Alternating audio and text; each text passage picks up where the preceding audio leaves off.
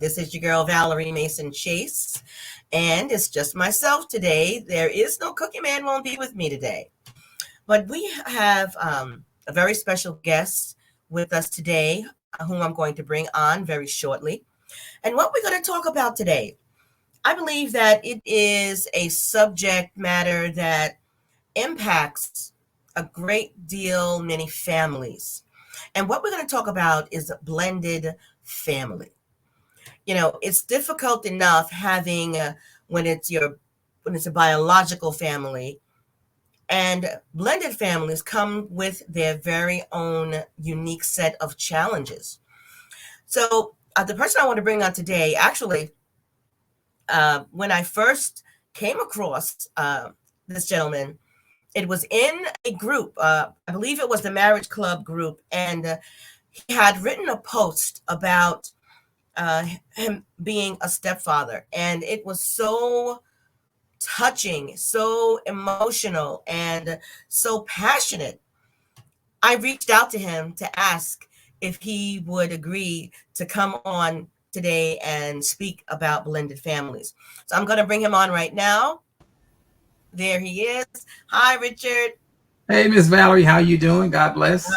Thank you. I'm doing well. I'm doing well. Thank you so much for asking. So our guest today is none other than Richard Helen.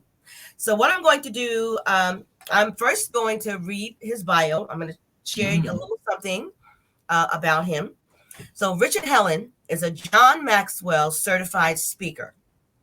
He is a trainer, a coach, an author, and also a retired Army vet. Thank you for your service, brother. And he is the owner of Pathways. It's a business and relationship coaching organization that specializes in leadership development, sales proficiency, relationship enhancement, individual coaching, and keynote speaking. Richard is also the author of Leadership in Life and Love, and he's also the author of a book entitled Marriage and Relationship Success. It's intentional, and I have a copy of it here. I'm going to read a little bit of it for you while we're on today. And his latest book is entitled If You Lead, People Will Follow. Amen. Yes, So Richard's mission in life is never to impress people, but to always impact people. That's a powerful bio there, brother. So I want to thank you. I want to thank you again for saying yes, for agreeing to be on with me today. So I'm sure you recall that post that you wrote in the Marriage Club. So what initially inspired you to write that particular post? I know that, people for the most part struggle when it comes to blended families. And I wanted people to see that if you're intentional, you can be successful. And so I was very transparent with the intent that it would spark something in people that were in blended families, but particularly for those that are dating and are contemplating getting married. I want them to be able to go into it with the right mindset. So that was the whole intent of the post. Yes. And I got to tell you, it was very, very touching. And I could just tell from reading the post itself that you must have a very special relationship with your stepchild. It's got to be a very, very special relationship. I could tell there's a lot of love there, a lot of love and respect. Yes, ma'am. Yes. So tell me, how did you first meet your wife, and what was it that first attracted you to her? That's a very good question. So me and my wife both were coming out of a divorce. And so I was really taking my time before I made the next step to dating. And neither one of us frequent clubs or anything of that nature. So I actually said, where would I meet somebody? Yeah. And so one of my friends encouraged me to join this dating site called Yahoo Personals, which it doesn't even exist anymore. Oh, I never even heard of it. Yeah, it doesn't exist anymore. So that's where we met. And we met, and it took us about maybe 90 days before we actually met in person. Yeah. And the thing that really compelled me to further my relationship with my wife was this, and I think this is pretty powerful. When I met my wife, I was very much attracted to her. But what compelled me to continue to talk to her was that we shared the same values. Yeah. Oftentimes we get caught up in how someone looked, where they work, where they drive, and all this superficial. You know, Mm-hmm. so we shared some of the same values. I asked her some pretty intrusive questions, and she answered them. And so, from the very first moment, or from the very first conversation that we had, I knew that that was a person God intended for me to marry, not because of how she looked, but Mm. because of what she valued. Let me define values for you, for us, how I Yes. define values. Mm-hmm. Values are guiding principles that are non-compromising. Mm. I Yeah. like that. Yeah. Guiding principles that are non-compromising. And so we shared some of the same values. And that's what drove me to try to further my relationship with that beautiful young lady. Yes, yes. You said it was the values and not the looks, but she cute. Yeah, she's cute. I've seen Hey, her I, picture I and I you tell say, people like yeah. this: it's the external that captures your eye, but it's the internal that keeps you. Wow, that's good. The Yeah, it's external the that external captures that the captures your yeah, eye, but it's the yeah, internal that keeps you in that relationship. And so, yeah, yeah, all that yeah. stuff is great, but if you never get to the point that where you can see past that, then Mm. your relationship is strictly superficial. Yes, that is so good. That is so, so good. And I think so many people get caught up in the external and they Yes. never take the time to go beneath the surface to see what that person really and truly is all about. And Yeah. that can lead to, I believe that's one of the reasons why the divorce rate is so high. Mm. And that's one of the things you comment about um, divorce in your book. In chapter 3, divorce is not an option. I love this Mm. chapter. Mm. And I'm just going to read a little bit of what you wrote in here. It's on page 32 for I get those to of you. learn something, but I haven't read it in a while. This is Marriage and Relationship Success. I don't know if you can see it, but it's entitled Marriage and Relationship Success. It's Intentional. And this is Richard's book. And I'm reading from chapter 3 on page 33, actually. And you wrote, what causes divorce in the first place? For each couple that divorces, the answer seems different. Some couples say it's finances or poor communication, while others refer to infidelity. However, none of these are the primary reasons for divorce. Mm. These are all byproducts or symptoms and not the source of the problem. Mm. Couples spend years treating the symptoms and Mm. never get to the cause of the issue. Mm. So, what is the number one cause of divorce if it is not finances or communication or infidelity? Now, this is good. I love this. One of the hardest truths to face in a relationship is coming to the reality that sometimes the issue is you. Mm. I love that.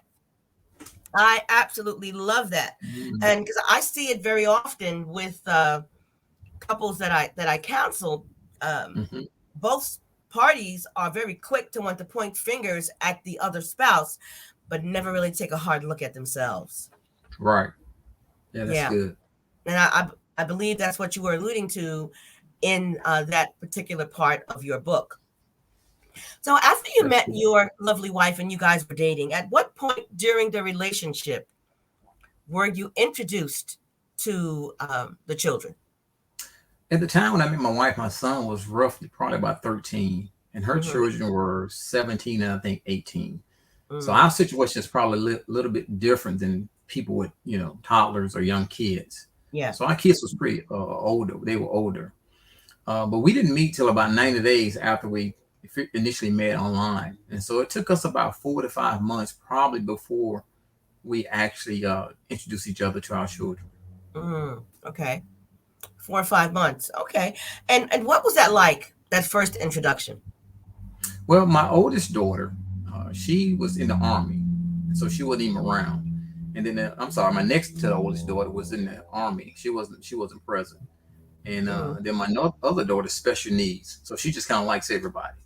And then my son is kind of like the same way. He's just a social butterfly, and so mm, they embraced her right off the bat. My son did. So when I met my wife, she had watch this. When I met my wife, she had two daughters, and I had a son. We have mm. three children, and so her daughters are my daughters. And so unless someone asks me, I don't even mention the word blended. Right. Right. Mm, that's So good. It wasn't a bad interaction because the kids were older. Mm-hmm, mm-hmm. Yeah, and as you state, coming into a marriage where the children are a bit older is different than when the Yes. children are younger, when they're 2 and 3 and 4 years old, Yes. because they're, as Judge Judy would say, they're fully cooked. They're kind of Yeah. developed already, and their personhood is pretty well defined by that Yes. point when you come into their life. Yes. Mm-hmm, mm-hmm. That's good. So I'm wondering if your wife ever communicated to you that she had any certain criteria that she was using prior to bringing you into the lives of her daughters. I don't know if it was a criteria, but I think when my wife met me, I asked her, I don't know, maybe 8 or 9 months after we were dating, I asked her what attracted her to my profile, Yeah. and she said it was my muscles. Uh, right. But after about maybe 8 or 9 months of dating, watch this. What attracted her to me was my character, Mm. and so she felt comfortable. And I'm gonna get into this hopefully later. She felt comfortable because of my character. Watch this. And number two, she felt comfortable because of how she saw I treated my son. My son was 12 or 13, but I had custody of my son. So she Mm. saw the love and the investment that I made in him. And so that Yeah. made her okay with introducing me to her child. Yes.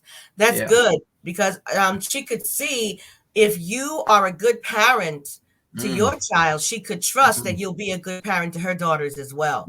Now you're preaching. Oh, you're Yes. preaching. That's a message within itself. Yeah. Yes. That is so critical. If he or she does not value their children, or if he or she doesn't spend any time with their kids, why in the world would you think they're going to invest any time into your kids? Yes. That is so true. And Yeah. I've seen some couples who when they meet, one of them, and I'm going to say a lot of times it's the male who may have other children with whom Hmm. he has no relationship, who he doesn't see, hasn't Right. seen in a significant amount of time. And I always wonder, Mm. what is that woman who's about to marry him? What are her thoughts Mm. regarding the absence of his relationship with his own child? And what Here's that the may mean problem. when you have children. Yeah. Here's the problem, Miss Valerie. Mm-hmm.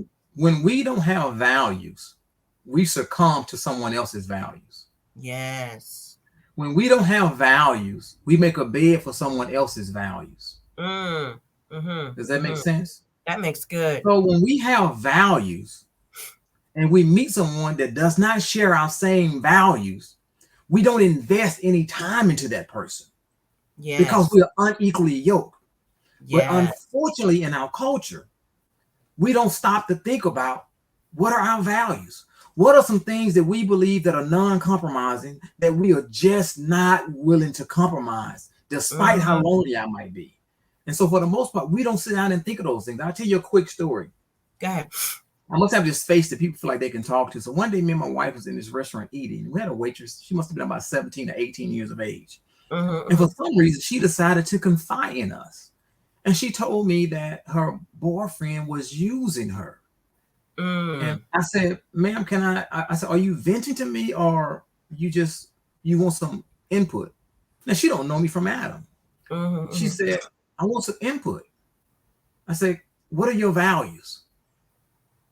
Mm. She looked at me and stated, no one has ever asked me that before. Wow. She had never defined her values. So therefore, she succumbed to his value system because she didn't have any of her own. And then we stay in that relationship too long because we don't have any values. And then by the time we leave, we're damaged goods. Wow. We're That's damaged goods. good. So That's if you good. don't have any values, then Mm-hmm. watch this. See, when you have values, you don't tolerate disrespect. When you have values, you don't tolerate dishonesty. When you Right. have values, you don't tolerate certain things. You just don't tolerate because it is against your value system. Does that make Yes. sense? So I'll That tell you a makes quick so much story. sense. So after about 8 months of dating, me and my wife were we knew that we were liking each other. And so one day I said something to her that she didn't like, and she used some choice words and some words that I had never heard before from her. And I just politely hung up the phone. And within 2 minutes, she called me back. And she said, "Why did you hang the phone up in my face?" I asked, "Do you like me?" She said, "I like you a lot." I said, "If you ever feel the need to talk to me that way again, lose my phone number." Now, why could I say that? Because one of my values, despite how we feel about each other, is respect. And once you cross that line of disrespect, you begin to erode the relationship.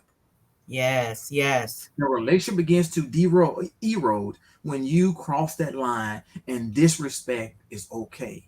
But that's because that's one of my values. But now, years ago, I didn't have that. Years ago, if someone had done that to me, watch this, I would have made a bed for their behavior.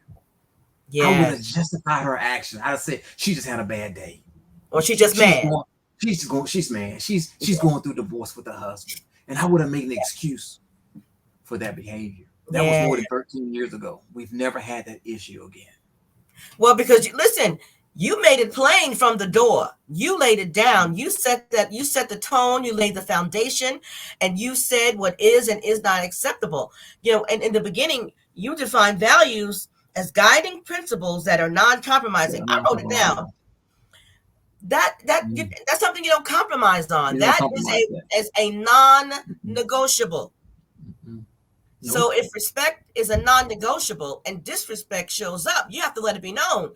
Okay, you did it this time.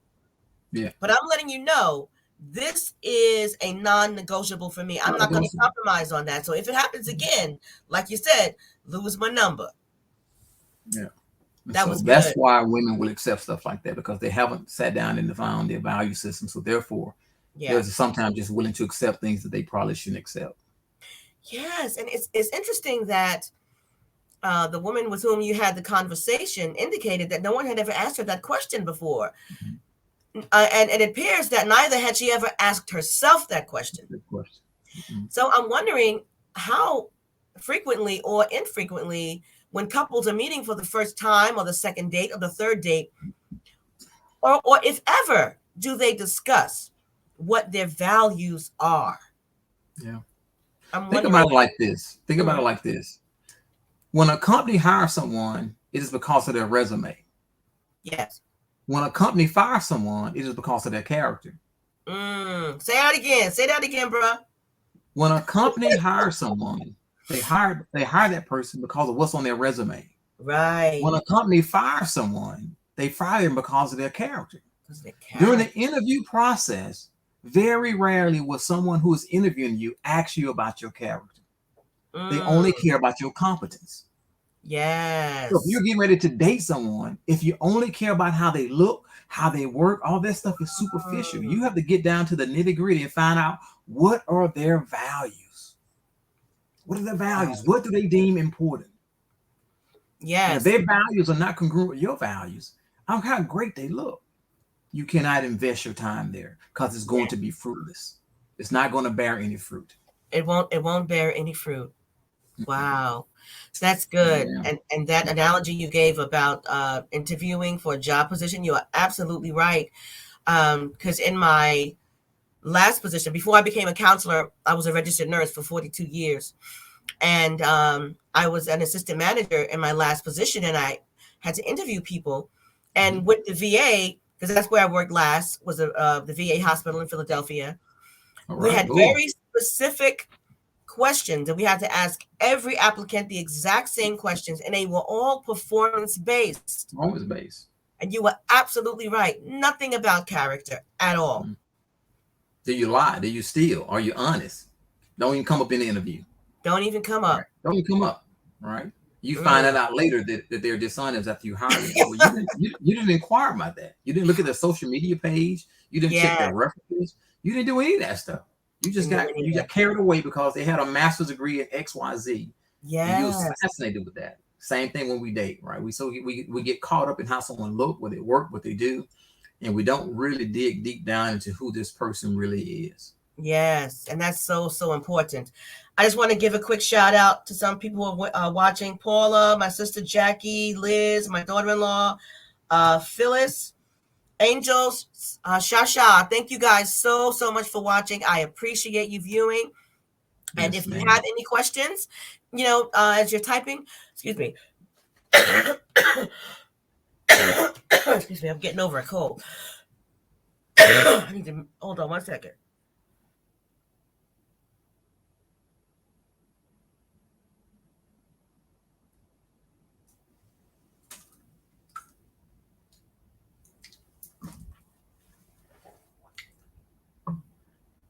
You good? Yeah, my apologies. I'm sorry. No need to apologize. I'm just getting over a cold. Hey, Femi, thank you so much for watching. I encourage you to share. If you have any questions, feel free to write them in. So, Brother Richard, I'm wondering what, if any, if you ever had any reservations about creating a blended family? No, because we sat down before we got married, and we had some very detailed and very inclusive conversations of what that looked like. And before we got married, I sat down with my wife, and I created a vision for the marriage that she bought into. And so once I created the vision for the marriage, what I thought was important for the marriage, we agreed upon it. We actually wrote it down and framed it. And when you walk into our home, it's the very first thing that you see. Wow. And so if you read that book that you're holding up, matter of fact, that's what that whole book is all about. Every chapter in that book is one of the things we agreed upon before we got married. Wow. So number one that we talked about was divorce was not an option. Yes. Yes. Right. Both feet are inside the door. And so that it made it easier for us to make that transition with the blended family because we came in it on one accord. Yes. We came in it on one accord. That's good. I love that, writing a vision for your relationship. And I actually have some of my couples that I counsel do that, especially if they have never done it before. And even if they have done it before, because sometimes, especially as issues come up, you may need to recreate your vision. And that's one of the things I'll have them do, to write a vision, a mission statement, and frame it and hang it where they can see it every day. Yeah. First thing you see me walk into our home is our mission and vision statement for our marriage and our core values.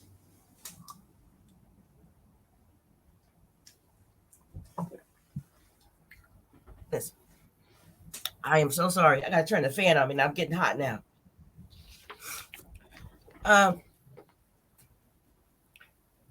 So I want to ask about, well, your children were older when you came into the marriage. So I would imagine that discipline was not an issue. No. Now my daughter was special needs, so she's still, she was still around. And once we got married, we had to talk about that. So I'm a firm believer, and her situation is different because she's special needs. But I'm a firm believer that when you're going into a relationship with their children from different parts of the marriage, you have to go into it fully conscious of what that's like. And so I teach leadership. And so leadership is influence. And influence is your ability to affect someone's character or their behavior or their attitude. Yes. When you join a blended family, you don't have influence with the children. That's gained over time. Yes. And so the parent that's coming in that's not the biological parent has to support the discipline from the biological parent till that person gains influence. Yes. If you go in because you're the man of the house and you got this iron fist, you're gonna split the household. And in the end, the woman is going to side with her children. And so you have to step back, even though you're the leader of the household as a man in this particular case. Yeah. And let the woman lead the discipline and you support it till you gain influence with the child. That is so good. That is absolutely really, really good. Oh, a brother friend of mine, Femi, he just wrote, he's starting a blended family. He says, we've known each other well for about a decade, yet we went back to the drawing board to ensure we aligned on values. Just what you were talking about, Brother Richard. We also spend dedicated time doing book readings on blended families to ensure we do not take the needs of the children for granted. That's excellent. How would you speak to that? Yeah, that's good. And, he's being proactive. So it's good to sit those kids down, man. And actually, depending on how old the kids are, watch this. So in leadership, we have a thing called buy-in. So buy-in is when you get a buy-in or agreement from all parties involved. So depending on how old the kids are, you might go up to the daughter or to the son, whoever it may be, and say, hey, man, I really like your mom. I see us moving toward this direction. What are your thoughts? And all you're doing is trying to get a buy-in from them by asking their opinion. And you'll be amazed how that changes their position of you and their viewpoint of you, because you ask them what their thought. Because at the end of the day, if the children don't buy in, no matter how much you like each other, it's not going to work. Yes. And that's very good. Yet asking them for their opinion, because now they feel included in the process and not excluded. I want your permission to date your mom. Can I have your permission to date your mom? Yes. And so, yeah. That's so good. So my sister Paula is asking for the name of your book. Paula, it's entitled Marriage and Relationship Success. It's intentional. It's intentional. Yes. Ma'am. And it's Richard Hellen, Hellen. I'm going to try to hold it up. I don't think you can see it very good on the camera, but I'm going to have a link to his Amazon where you can get the book. In fact, when you click on the link, all 3 of his books will be there. Okay, my sister, and that's for everyone who's listening. I highly recommend this book, Marriage and Relationship Success. There are some great nuggets in this book. You will not be disappointed. You will not be disappointed. So there was a book that when I was in grad school that we had to read, that was called The Smart Step Family, and the author was Ron Deal. And he wrote that everyone has expectations for how life will turn out. He said, step family life is full of quote unquote strange contortions that don't meet up with our expectation. So what, if any, and to use his phrase, strange contortions, might you have experienced in your blended family that have not met your expectations? I haven't experienced that. And the reason that I haven't is because because we've been married before we sat down and got married, we uncovered every stone. We uncovered every stone that we could possibly uncover as to what it was going to take for us to be successful. The problem is when it comes to blended families is we have expectations of things that we desire that are not spoken, that are just assumed. And when we assume, we end up becoming disappointed because she may think one thing or he may think one thing, and you get married and it's complete chaos. And so now you have to sit down and talk about how we're going to raise the children, and talk about, when there's a disagreement, do we come as a united front in front of the children? Do you say if the kids want something, do they come to you? Do they come? You have to sit down and talk about all those things, because the kids, now keep this in mind, kids are selfish. Yes. Right. Adults are selfish. Matter of fact, that's the number one reason for divorce in America is selfishness. That's what you were alluding to. Really, when you was reading the book, it's not finance, it's not infidelity. If I cheat on my wife, I'm being selfish. If I got a bank account, my wife don't know anything about it, I'm being selfish.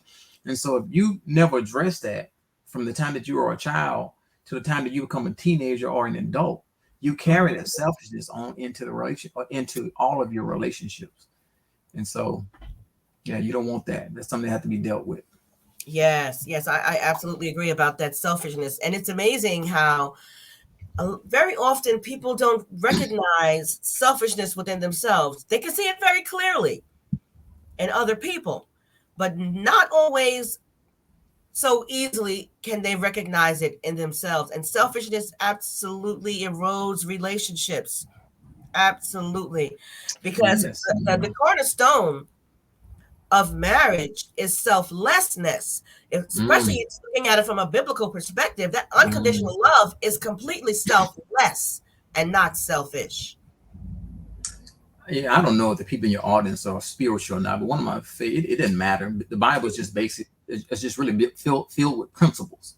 So it doesn't really even matter if you aren't religious. It's just filled with principles.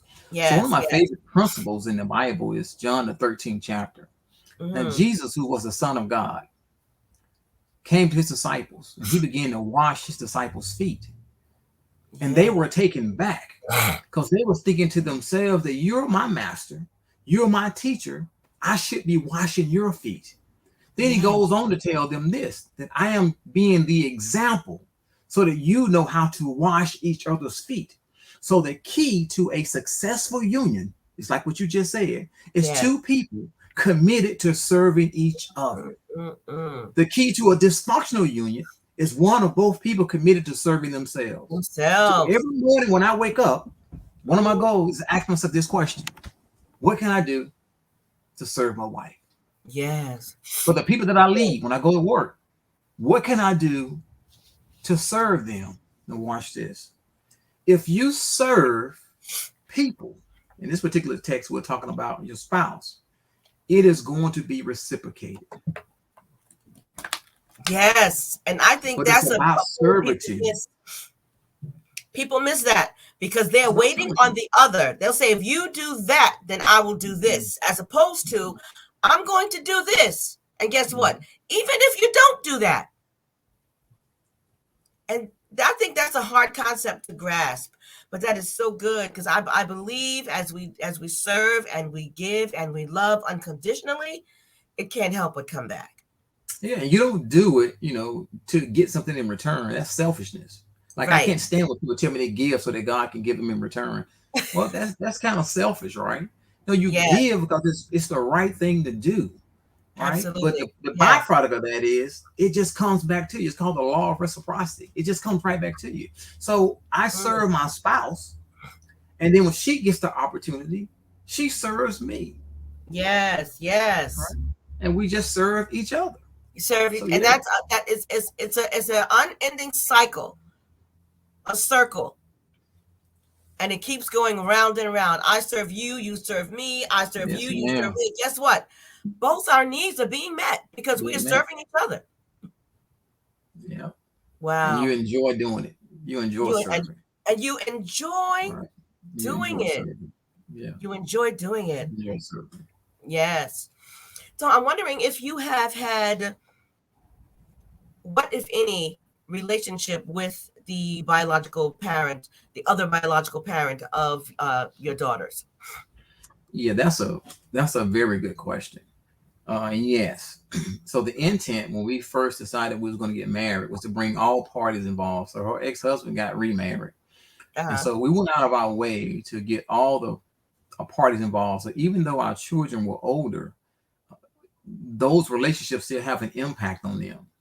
And I never wanted one of my daughters to feel as if I was trying to be their father, or I was trying to take over from their father, or I never want them to be uncomfortable if we was all in the same vicinity.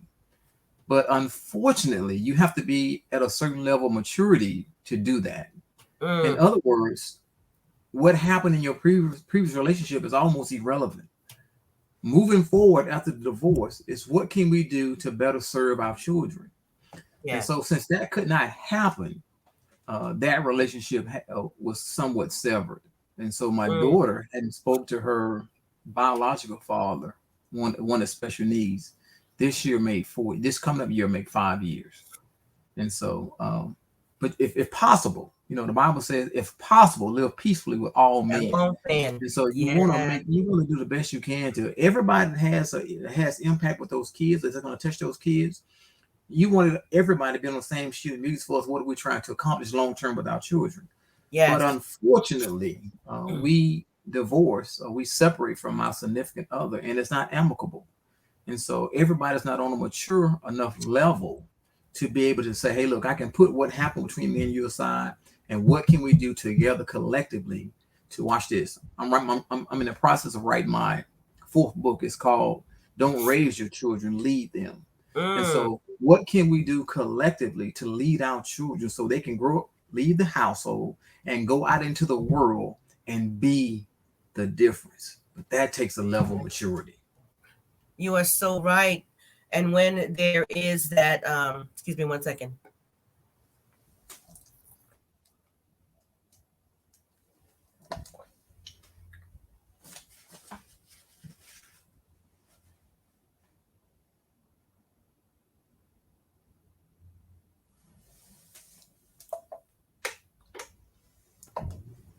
Oh my, I apologize again.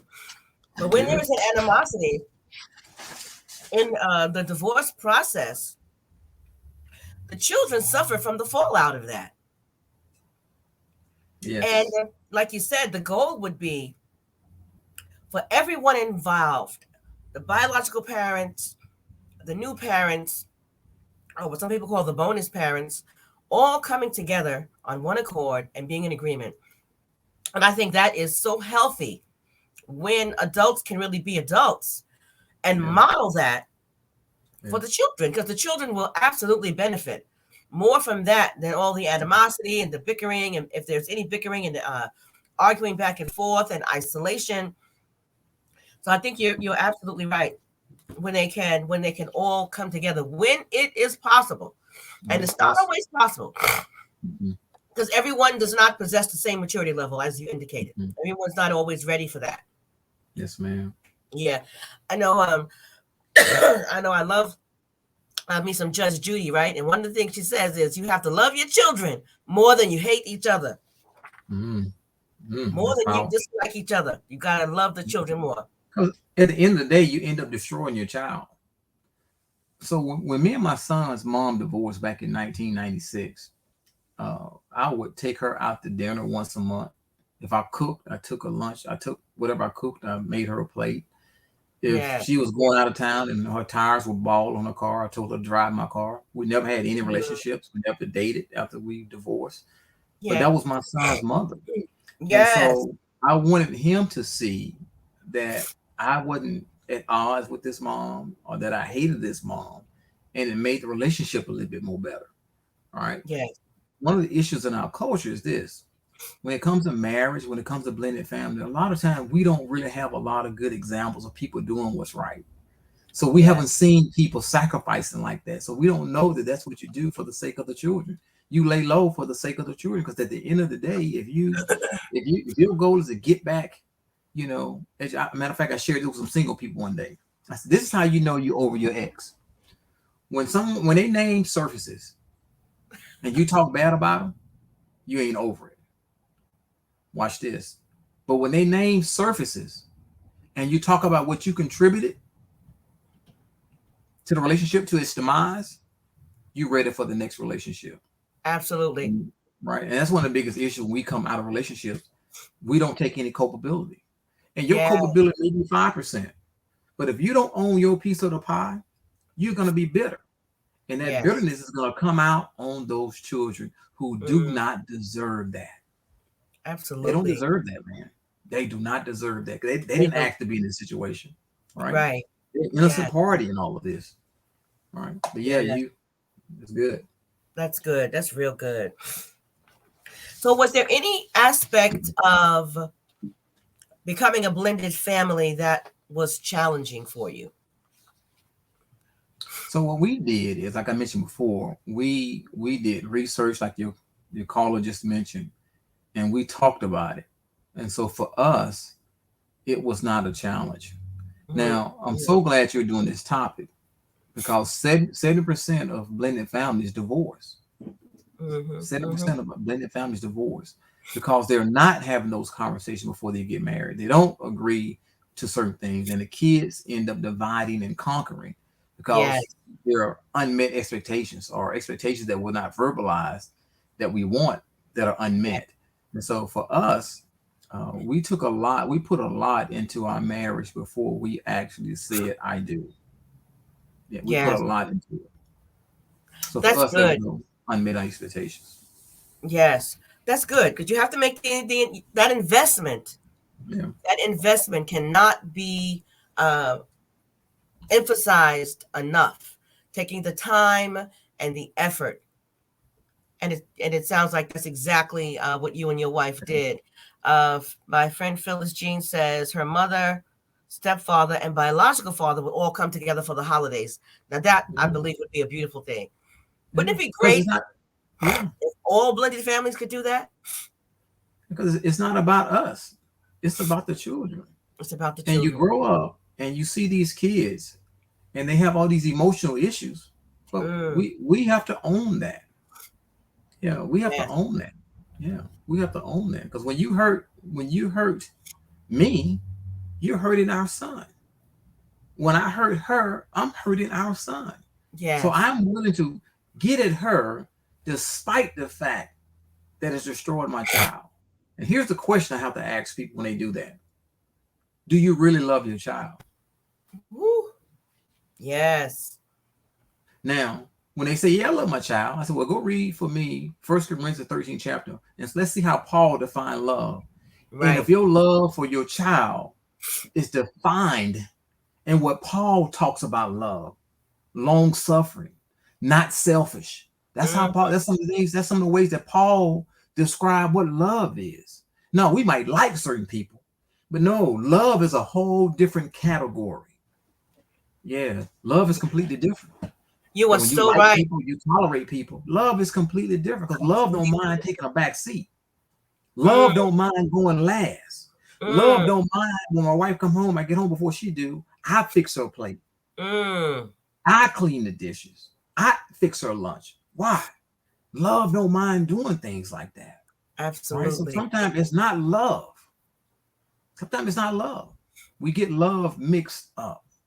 Because Yeah. that's not our character trait of love. Yeah. When we put our kids on the back burner just to get at my ex-wife, or just for her to get back at me. That ain't That's love. good. That's good. That is so, so good.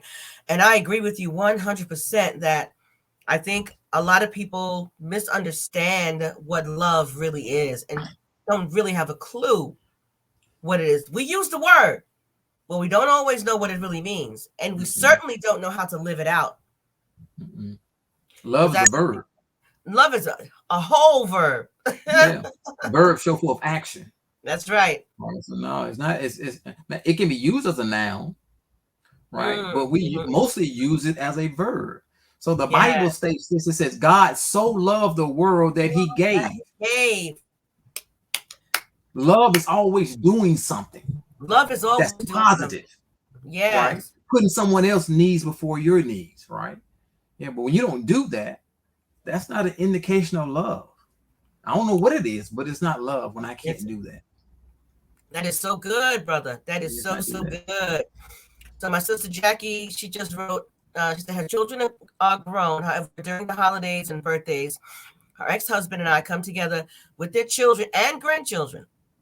She's saying to you, you're absolutely right. It is not about us, but the children, even when they are adults. Yeah, because And it I know messes she. with them. Yeah, go ahead. I'm sorry. Go ahead, bro. Go ahead. Because when you don't do that, so as parents, and I hope people that are watching just consider some of the things that are being said. As parents, sometimes we can do a great job with their physical needs, but we Yes. negate their emotional needs. And so they Yes. grow up and they have all of these issues, and we can't figure out where it's coming from. Well, they saw how you Mm, treated your ex-wife, they saw how you treated your ex-husband, they saw all those things, and those things wow. bothered them, right? And they Yes. carry that with them. And as a young child, they don't know how to express that.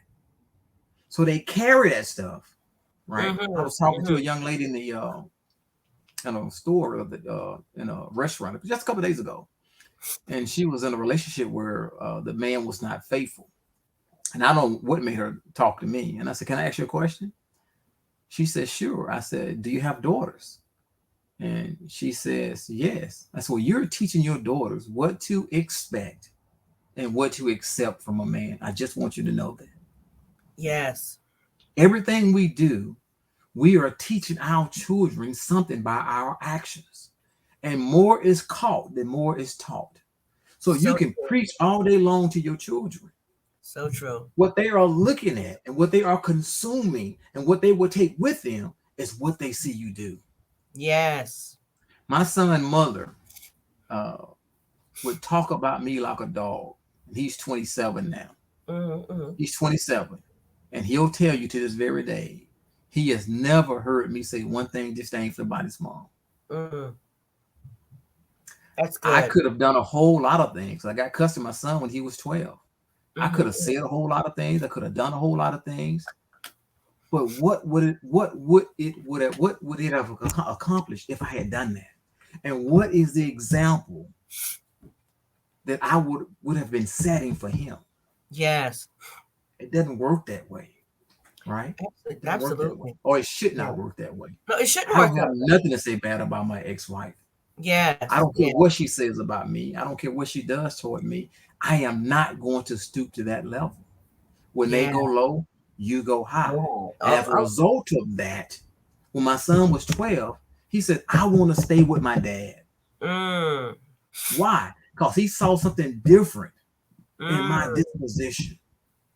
yes. Yeah, I want to stay with my dad. That's good. Yeah. That's really good. Because all of that nastiness back and forth, the child is in the middle, and there is something I think parents don't realize. When you speak negatively about your child's other parent, it's as if you're saying it about the child, because that child is a part of that parent, and that parent is a part of that child. You preaching.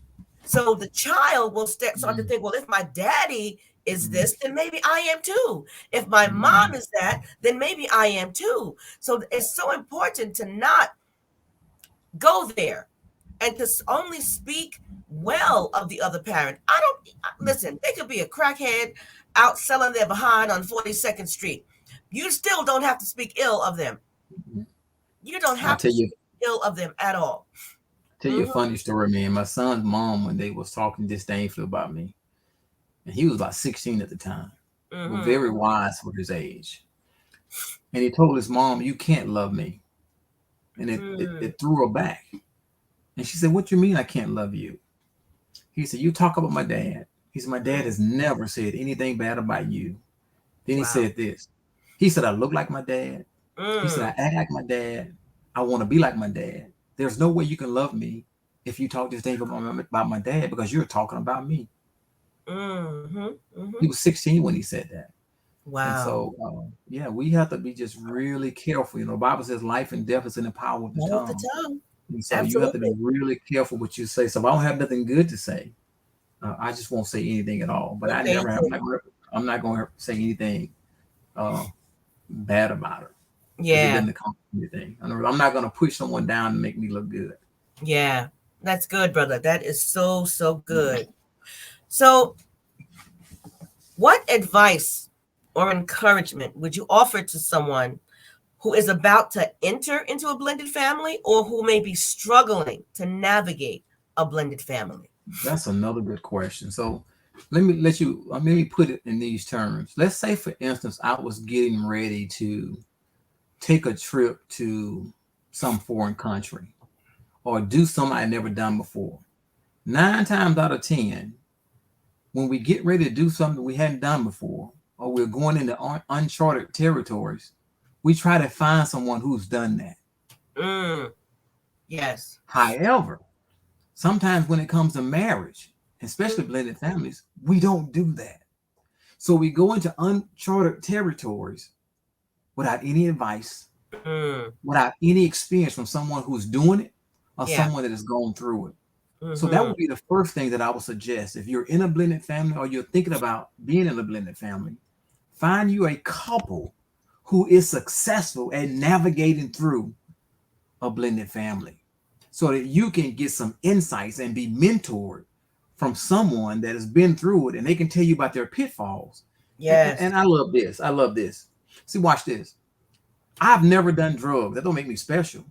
I've never done drugs. I never drank alcohol, not because I'm religious. I just never really done it, right? Because I've seen what it did to other people. So watch this. Experience is not necessarily the best teacher. Watching someone else do it and not going through it is the best teacher for me, right? So I didn't have to become a crackhead to see what it's like to be a crackhead, because I saw a crackhead. Now, once you experience it, nobody can take it from you. So, but we should find couples or find someone that's in a blended family that we can glean insight from, so that we don't, or so that we can avoid those pitfalls. Number 2, if you don't have my book, read somebody's book regarding to, most of my mentors are books, regarding to what it takes to be in a blended family. Yeah. Number 3, I wrote it down. Seek counseling. Before you go to marriage, go to counseling. Yes. It is vital that we do that. It is vital that we seek help. It is vital that we do all that we can to put ourselves in a position to where we can be successful. And then the last thing that I would say is this, especially if you're anticipating being in a blended family, make sure to watch this. Make sure the person you are dating, that you have dated them in all seasons. Say that again, bro. Make sure the person you are dating, you have dated them in all seasons. Because we meet people, it's spring or it's summer. But have you dated them through fall and through winter? Because it is not about us at this point, or it's not only about us. There are children that are involved. Yes. There are children that are involved. And we can destroy them if we don't go into it with the right disposition, with the right tools, with the right mindset. We could destroy those children. Yes. So proceed with caution. One second. Yes, ma'am. Proceed with caution.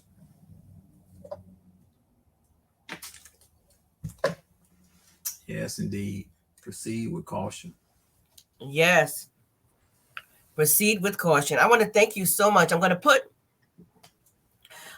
in the chat, I don't know if you guys can see, I put in the chat the Amazon link. Let me know if you can see it.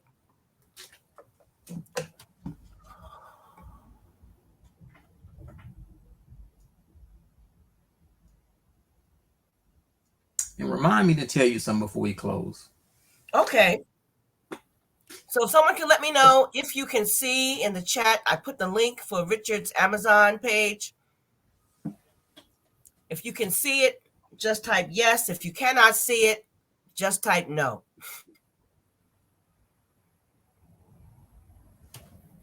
Because Femi said no, you can't see it. Okay, let me put it up as a banner. I'll put it up as a banner. So you will have to, you can take a screenshot or something of it because I don't think it's clickable. But this is what I'm going to do.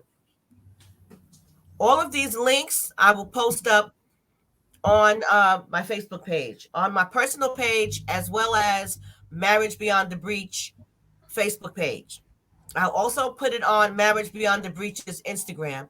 So I'll have Richard's picture with all of his links, because there is a link for Amazon, there's a link for Facebook, and there's a link for Instagram. So I will make absolutely sure that I share all of those with you. Okay, I see a couple of people said that they didn't see it, and I lost Richard. I think he lost his connection. He lost his connection. So I'm hoping that he's able to come back on. But anyway, Brother Femi just said this was very delightful to watch. It validates all the hard work we have put into preparation. Praise God. Praise God. So I want to thank you all for watching. Hold on one second.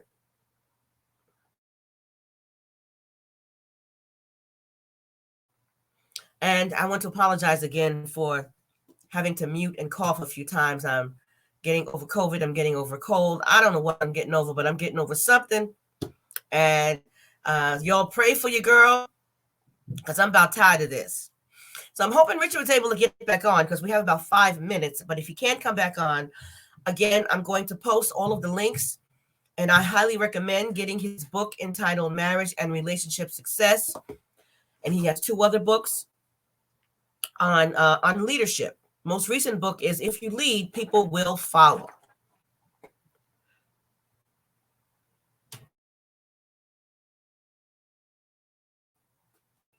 So I want to thank you guys for watching. It looks like Richard may not be able to come back on, but I encourage you to like, to share, go to the YouTube page, or go to Marriage Beyond the Breach YouTube page and subscribe, and make sure you click on the notification bell so that you will be notified every time something new is posted. to the YouTube channel. So Marriage Beyond the Breach. You can find us on Facebook, Marriage Beyond the Breach, Instagram, Marriage Beyond the Breach, our YouTube channel. And I would appreciate if you would go to the YouTube channel and subscribe to the YouTube channel. And also remember to click on the notification bell. Thank you guys again for watching. I appreciate each and every one of you. It warms my heart when I'm having a conversation and I'm on, or myself and the Cookie Man are on, and I can see that you all are watching and that you are commenting.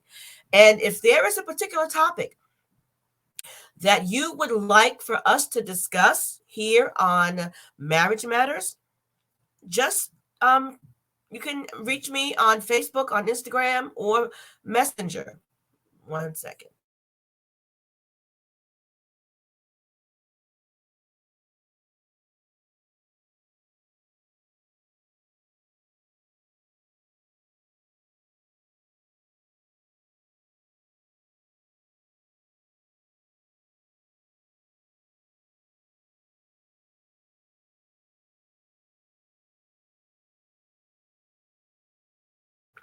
On that note, I'm going to say goodnight because I got a cough again. Bye-bye.